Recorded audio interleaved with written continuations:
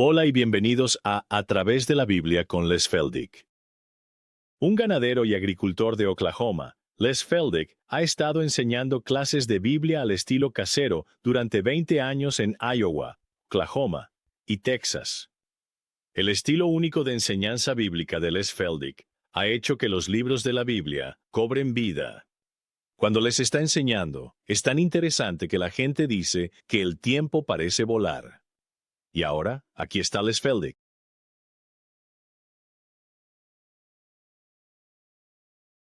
Bien, aquí estamos listos para comenzar y voy a pedir a la audiencia del estudio que se vuelva conmigo a Romanos, capítulo 11. Comenzaremos directamente con el versículo 1. Para aquellos de ustedes que están en la televisión, por supuesto, confiamos en que harán lo mismo. Toma tu Biblia y un cuaderno y sigue estas cosas con nosotros. Y de nuevo, supongo que ha pasado mucho tiempo desde que expliqué que solo somos un estudio bíblico. No estamos asociados con ningún grupo, no promovemos ninguna denominación en particular, y como le dije a uno de nuestros oyentes que llamó ayer, le dije, supongo que tenemos de todos los tipos y de todos los antecedentes que puedas imaginar, y así es como queremos que sea. Queremos que la gente se adentre en el libro, y con suerte, quitarse las vendas de los ojos y alejarse de la mentalidad cerrada, de las denominaciones. Y no dependas tanto de lo que siempre has oído o de lo que siempre has pensado, sino que busca las Escrituras, y eso es todo lo que trato de hacer. Puede que no estés de acuerdo conmigo, y no me importa en absoluto si puedes disentir basándote en las Escrituras, pero si vas a estar en desacuerdo solo porque tu denominación no está de acuerdo, creo que estás en terreno resbaladizo más que yo, porque tengo que sentir que me estoy manteniendo lo más fiel posible a la palabra, dependiendo totalmente de la guía del Espíritu Santo mientras enseñamos. Estas cosas, dice Pablo en 1 Corintios, son espirituales y deben ser discernidas espiritualmente. En otras palabras, no podemos comprender estas cosas desde el hombre natural. Primero y ante todo, tenemos que haber tenido una experiencia de salvación nosotros mismos. Y luego, por supuesto, el Espíritu Santo nos ilumina y las Escrituras comienzan a abrirse.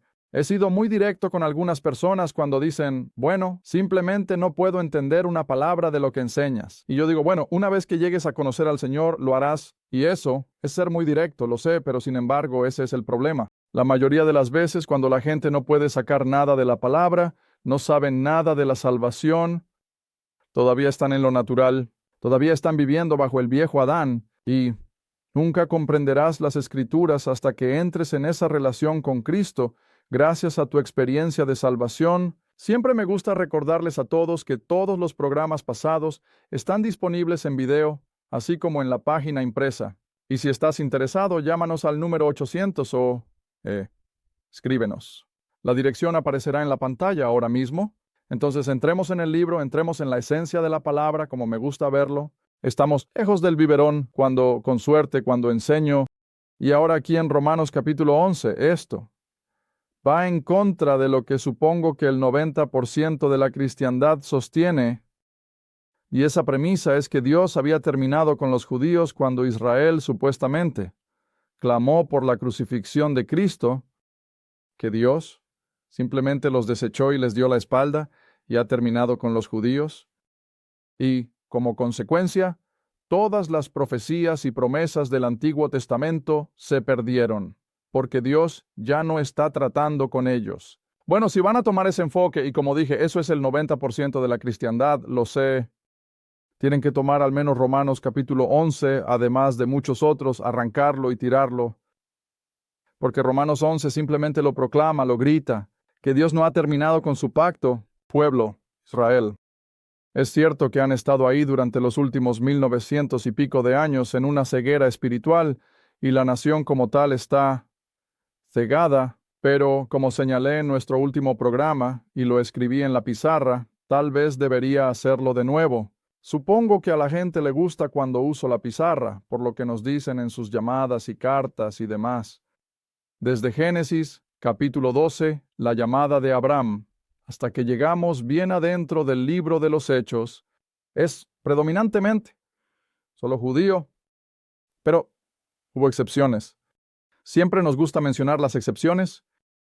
Judá fue a la ciudad de Nínive, Naamán el general sirio, Rahab la ramera, Ruth la moabita. Esas fueron excepciones gentiles, pero en su mayoría Dios estaba tratando solo con los judíos. Ahora, después de que avancemos bien en el libro de los Hechos, de repente, el apóstol Pablo es llamado a un lado y Dios le dice, te voy a enviar lejos, los gentiles. Ahora, mira, ya he cambiado mi formato. Le dije a Iris que buscara Génesis, pero voy a cambiar. Quiero que mires un momento en Hechos, capítulo 28. Hechos 28, además de muchos otros versículos, por supuesto, en Hechos, así que verás en las Escrituras de qué estoy hablando. Hechos 28. Ahora, por supuesto, al final de los Hechos, Pablo está ahora en prisión en Roma. No está muy lejos de su martirio. Y por supuesto, todavía va a seguir escribiendo sus epístolas de prisión.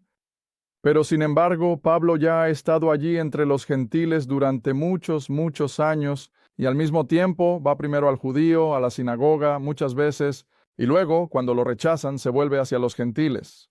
Está bien ahora para cuando llegamos a Hechos 28, Pablo ha terminado sus viajes misioneros per se, y ahora está en prisión en Roma, ha llamado a los líderes judíos en Roma para que se reúnan con él, y repasa todas estas cosas de nuevo, como todas las promesas del Antiguo Testamento habían sido presentadas a Israel, pero las rechazaron cuando crucificaron a su Mesías y se fueron en discordia y desacuerdo. No podían creerlo. Está bien, entonces mira lo que dice en Hechos 28, versículo 28. Por lo tanto, que sepas esto, ¿a qué pueblo se envía la salvación de Dios? A los gentiles, y ellos lo van a escuchar. Ahora, Él no dice que todos van a ser salvos, de ninguna manera, pero lo van a escuchar, y sabemos por las Escrituras que lo han hecho, y por eso todo el mundo es culpable, y por eso Romanos 1 dice que están sin excusa, porque lo han escuchado.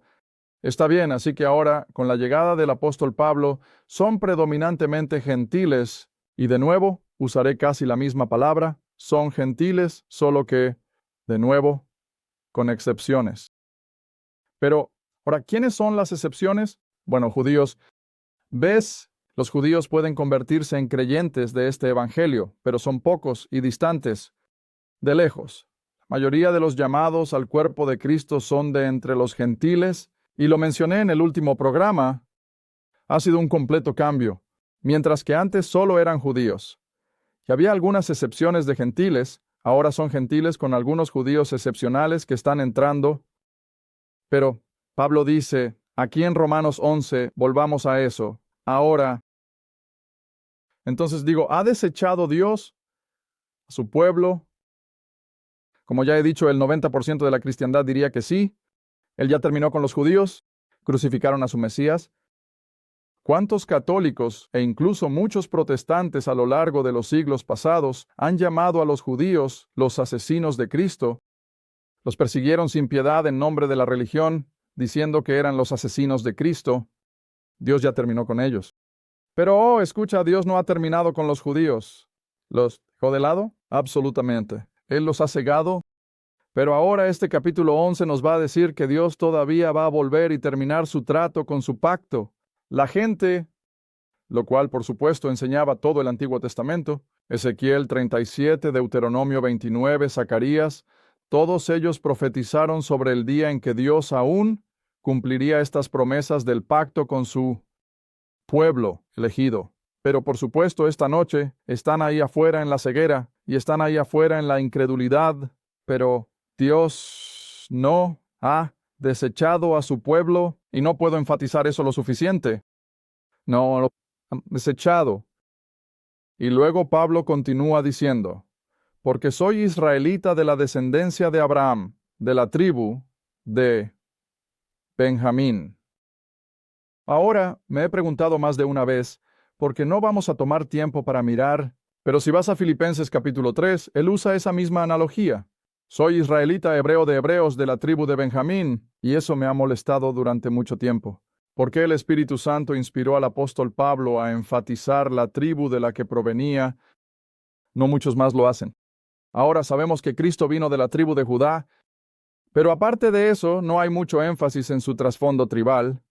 Pero Pablo está inspirado para enfatizar que ambas veces que habla de su trasfondo, él es de la tribu de Benjamín. Bueno, cuanto más pensaba en esto, y espero no estar muy desubicado, algunos pueden decir que lo soy, pero me gustaría llevarte de vuelta por un momento y darte algo en qué pensar, si no es otra cosa.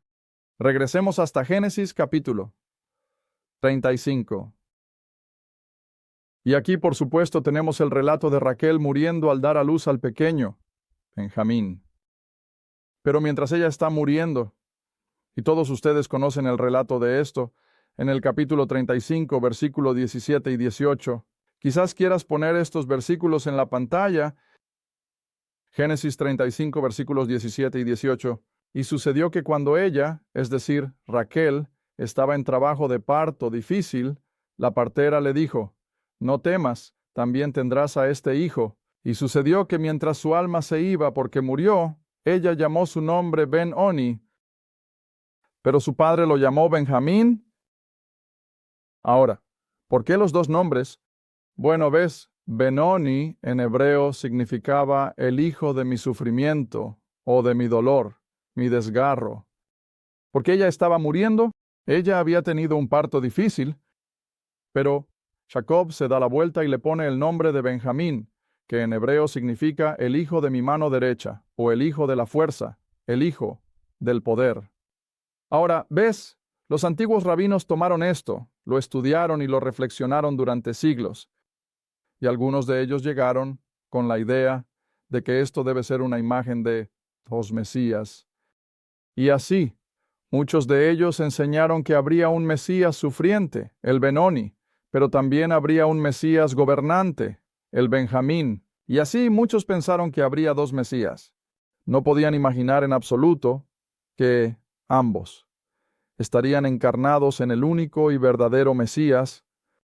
Cuando vino la primera vez, él era el Benoni, él era el sufriente Mesías, pero cuando él venga la segunda vez, va a ser el Mesías, gobernante, el hijo del poder y la fuerza. Está bien, ahora esa es la lección principal, por supuesto que sé que la Escritura está enseñando aquí, pero tengo que seguir dándole vueltas a mi mente. ¿Por qué el Espíritu Santo hace que Pablo enfatice que él también era de la tribu de Benjamín? Está bien, ahora me gustaría llevarte a Génesis 49 y no perder de vista los dos aspectos del bebé Benjamín, el hijo del dolor, pero también el hijo de la fuerza. Y ahora, el viejo Jacob, en su lecho de muerte, está haciendo algunas declaraciones proféticas sobre todos los 12 hijos, y no vamos a ver todos, solo vamos a mirar el que trata sobre Benjamín, y eso estará en Génesis 49 y bajará hasta el versículo 27. Benjamín, quiero decir, Génesis 49, versículo 27. Y Jacob está hablando, recuerda, proféticamente, desde su lecho de muerte, y dice Benjamín. Ahora, él es el más joven, así que fue el último en ser mencionado. Benjamín será como un lobo que devora. Por la mañana devorará la presa. Ahora, esa es una declaración viciosa, ¿no? Esa es una imagen de la viciosidad. Pero de noche él dividirá el botín. Ahora, aquí es donde me gusta incluir a Pablo de Tarso y a Pablo en la imagen. Quizás nunca lo habías pensado antes. Y creo que por eso Pablo hace referencia al hecho de que es de la tribu de Benjamín, que era Pablo de Tarso en su vida temprana. Siempre lo he llamado un toro furioso, un fanático religioso, lleno de odio, cualquier cosa relacionada con Jesús de Nazaret. Y creo que en la misma línea, con los dos nombres de Benjamín, a los ojos de Dios, Pablo era un dolor de cabeza. ¿Cómo odiaba a Jesús de Nazaret? Pero, escucha, Pablo tenía otro lado, así como el nombre de Benjamín. ¿Y ahora qué se convierte Pablo de Tarso? Pablo, el gran apóstol, el que, estoy seguro, emocionó el corazón de Dios mientras sufría, y sufría, y sufría por el bien del Evangelio. Por culpa de ese pequeño judío, el cristianismo se extendió por todo. El imperio romano Y creo que esta es una lección tremenda para nosotros. Desde mucho antes, aquí en Génesis, Dios ya tenía en mente al apóstol Pablo, así como por supuesto las profecías sobre el Mesías. Ahora no estamos quitando nada del tipo que tenemos de Cristo en todo esto, pero creo que en un papel menor, en una escala más pequeña, el apóstol Pablo encaja. También. Está bien, ahora sí regresan conmigo a Romanos capítulo 11, donde encontramos que Dios no ha terminado con su pueblo de pacto. E incluso este gran apóstol es un judío, un hijo de Abraham, de la tribu de Benjamín. Ahora, supongo que debería llevarte a otro versículo de la Escritura. No estaba planeando hacer esto. Me vienen a la mente y no puedo evitarlo. Así es como enseño. 1 Corintios capítulo 15.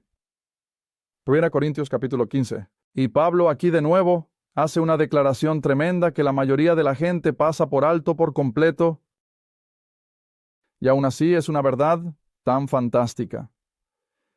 Cuando la ves, como creo que la Escritura pretendía que la vieras, 1 Corintios capítulo 15 y está hablando sobre la resurrección de Cristo, por supuesto, y comenzó en el versículo 6. 1 Corintios 15, versículo 6. Después de eso, es decir, después de que fue visto por Pedro, y los 12, versículo 5. Luego después de eso, fue visto por más de 500 hermanos a la vez, de los cuales la mayor parte permanece hasta el presente, pero algunos han caído en sueño. Más de 500 hermanos a la vez, de los cuales la mayor parte permanece hasta el presente, pero algunos han caído en sueño. Versículo 7, Pablo dice, luego de eso fue visto por Santiago, luego fue visto por todos los apóstoles, y sabemos que estuvo durante esos 40 días después de su resurrección.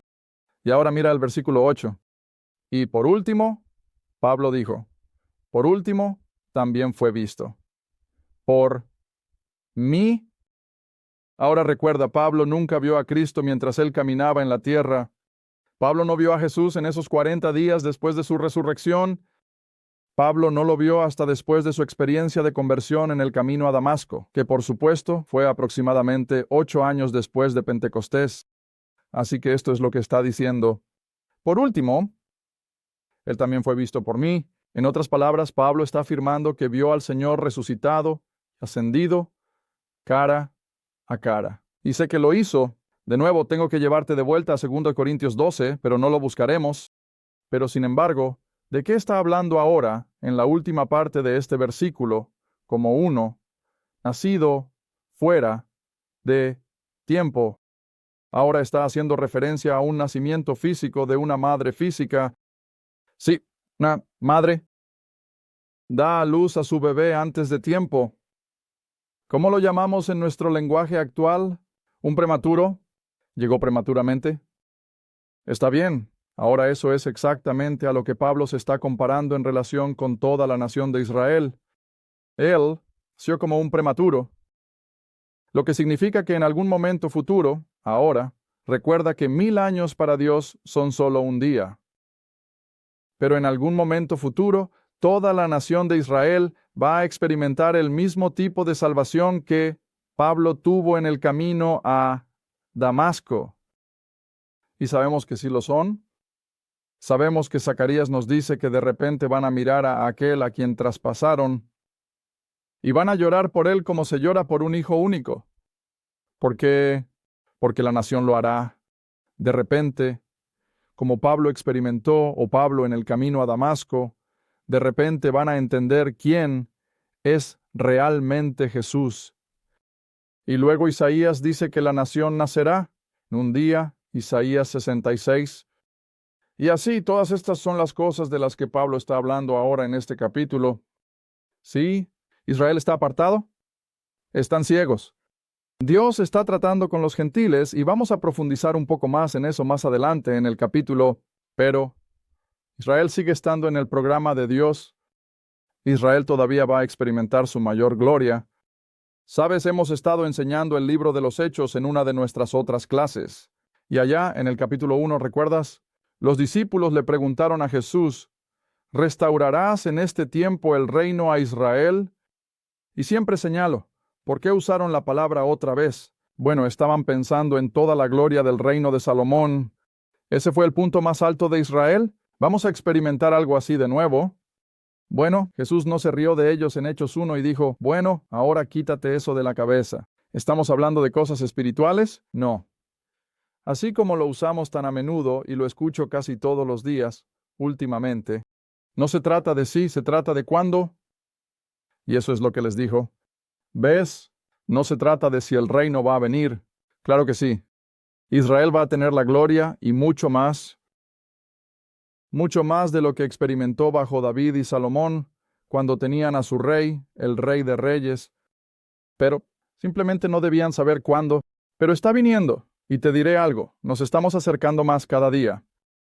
Se lo dije a mi clase de nuevo anoche, creo que fue, cuanto más lees sobre la tecnología explosiva, más lees sobre estas cosas fantásticas que vienen en el área de la electrónica y la comunicación. Oh, simplemente nos grite. Está mucho más cerca. Está mucho más cerca del final de esta era de gracia, y Cristo va a regresar. ¿Sabemos que lo es? Ya sea que el mundo se burle de ello o no, eso no es lo importante. De hecho, le dije a alguien la otra noche que hizo la afirmación, bueno, Les, dijo, han estado hablando de esto desde hace años y años. Y él dijo, nunca ha pasado nada. Le sonreí y le dije, vaya, me alegra que dijeras eso. Y lo llevé de vuelta a Pedro. Le dije, porque estás cumpliendo exactamente lo que dice la Escritura. Y le leí esos versículos, que los burladores vendrán en los últimos días diciendo, ¿dónde está la promesa de su venida? Porque desde que los padres se durmieron, mira, han estado hablando de estas cosas. Bueno, es cierto, pero no en una escala como la que hay hoy, ¿ves? El mundo simplemente nos está gritando con todas las cosas que están sucediendo, que el Señor viene. Él viene pronto, y más vale que estemos mirando hacia arriba, y más vale que estemos listos. Bueno, de todos modos, volvamos a Romanos, capítulo 11, versículo 1, y así aquí tenemos a este gran hombre de Dios. ¿Sabes? He dicho más de una vez, creo que, aparte de Cristo mismo, el apóstol Pablo es el ser humano más grande que jamás haya vivido. Creo que incluso eclipsa a Moisés. También creo, y lo he dicho en el programa, que cuando la novia de Cristo sea presentada a Él en gloria, creo que el viejo apóstol Pablo será quien haga la presentación. Ha sido un instrumento tan fantástico que Dios ha usado para traer este glorioso evangelio y alegría y el poder de Él. Está bien, entonces bajando al versículo 2, Dios, dice Pablo, no, ha desechado a su pueblo, que Él, ¿cuál es la siguiente palabra? Para siempre. ¿Sabes? Lo he enseñado durante años. Cuando de repente los líderes religiosos de Israel y Roma se unieron, mira, por eso no pueden llamar a Israel los asesinos de Cristo. No lo hicieron solos. Lo pidieron, lo exigieron, pero ¿quién lo llevó a cabo? Roma lo hizo. Y eso es exactamente lo que dice Salmos 2, que los gobernantes de Israel y los reyes de esta tierra se unirían y pondrían al Mesías a muerte, y así no sé de dónde sacan que Israel solo es culpable de matar al Cristo. Judíos y gentiles juntos se unieron y lo crucificaron. Pero, ¿lo que iba a decir? ¿Dios fue sorprendido? No. Todo estaba en su conocimiento previo. Él sabía exactamente lo que iba a pasar. Jesús mismo, ¿recuerdas? Les dijo a los 12 allá en el norte de Israel justo antes de que subieran a Jerusalén para ser crucificados. Y Jesús les contó detalle por detalle lo que le iba a pasar. Que sería azotado, que lo golpearían y que lo pondrían a muerte, y que al tercer día sería resucitado de entre los muertos. Él les dijo, Él lo sabía y no lo sabía solo en su ministerio terrenal, Él lo sabía desde la eternidad pasada, y así lo tenemos de nuevo. Dios no ha desechado a su pueblo al que conoció de antemano. Nada de lo que hizo Israel sorprendió a Dios. Estaban actuando bajo un libre albedrío como nación de personas, y como siempre he dicho, durante los 25 años que he estado enseñando, una de las cosas más difíciles de juntar, de hecho no puedo, ya ni siquiera lo intento. ¿Cómo puede Dios poner en marcha todo este sistema de la humanidad? Allá en Génesis, le dio a los hombres y a las naciones su libre albedrío. Y sin embargo, todo lo que hacen está de acuerdo a su plan. Todo lo que hacen está llevando todo al final que Él ha planeado, y todo está de acuerdo a su conocimiento previo. Ahora, eso es difícil de comprender, pero Dios es capaz, ¿ves? Él es soberano y es omnisciente y está absolutamente en control de todo. Está bien. Entonces Dios no ha desechado a su pueblo. Oh, volvamos. Volvamos. Creo que tenemos tiempo. Regresemos hasta 2. Pablo, un versículo que usamos hace mucho tiempo, y a veces me da un poco de vergüenza usar las mismas cosas una y otra vez, pero tengo que recordar eso. La mayoría de mis oyentes solo escuchan estas cosas una vez, y tengo la impresión de que si lo han escuchado una vez, ya lo saben. Y eso no es cierto. Sé que no lo es. Pero volvamos a 2 Pablo, capítulo 7, y siempre usamos esto, por supuesto, cuando enseñamos sobre el pacto abrahámico, que después de que Dios le dio a Abraham ese pacto prometiendo una nación de personas que habitarían en la tierra, que en algún momento vendría un gobierno, ahora ese pacto sobre el gobierno realmente no entró en juego hasta que Dios se lo dio al rey David.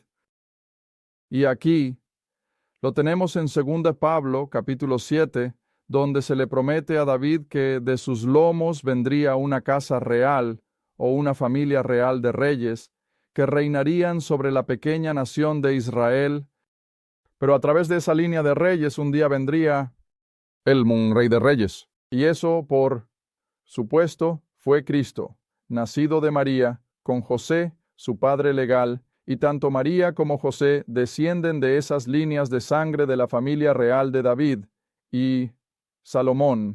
Está bien, ahora aquí está la promesa. Entonces, en 2 Pablo capítulo 7, versículo 15 o 14. Yo seré su padre, y él será mi hijo. Si comete iniquidad, y sabemos que Israel lo ha hecho, lo castigaré con la vara de los hombres, y sabemos que Dios lo ha hecho. Y con las heridas de los hijos de los hombres, ahora el versículo 15.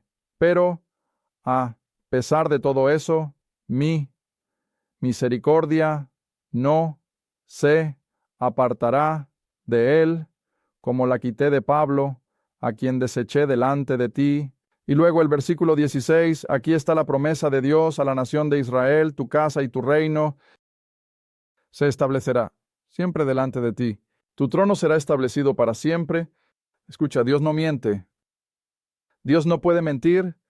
Y cuando Dios le dijo a David que esta familia real pasaría a la historia y que iría más allá de la historia, directamente hacia la eternidad, y eso es que de esta familia real de David vendría el Rey de Reyes, el Señor de Señores, y Él va a venir, como lo hizo la primera vez, a la nación de Israel. Por eso tienen que estar en el Medio Oriente en el momento de su venida. Él va a regresar al Monte de los Olivos como se fue en Hechos, capítulo 1. Y así, sin importar lo que pueda suceder en Israel esta noche, ten la seguridad de que, de una forma u otra, los judíos seguirán allí, cuando Cristo regrese al final de la tribulación, porque Él lo ha prometido, y Dios simplemente no puede mentir.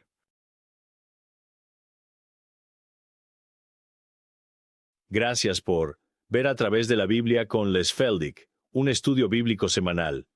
Si deseas más información sobre los ministerios Les Feldick, un estudio bíblico en tu área, o sobre este programa, escribe a Ministerios Les Feldick, Ruta 1.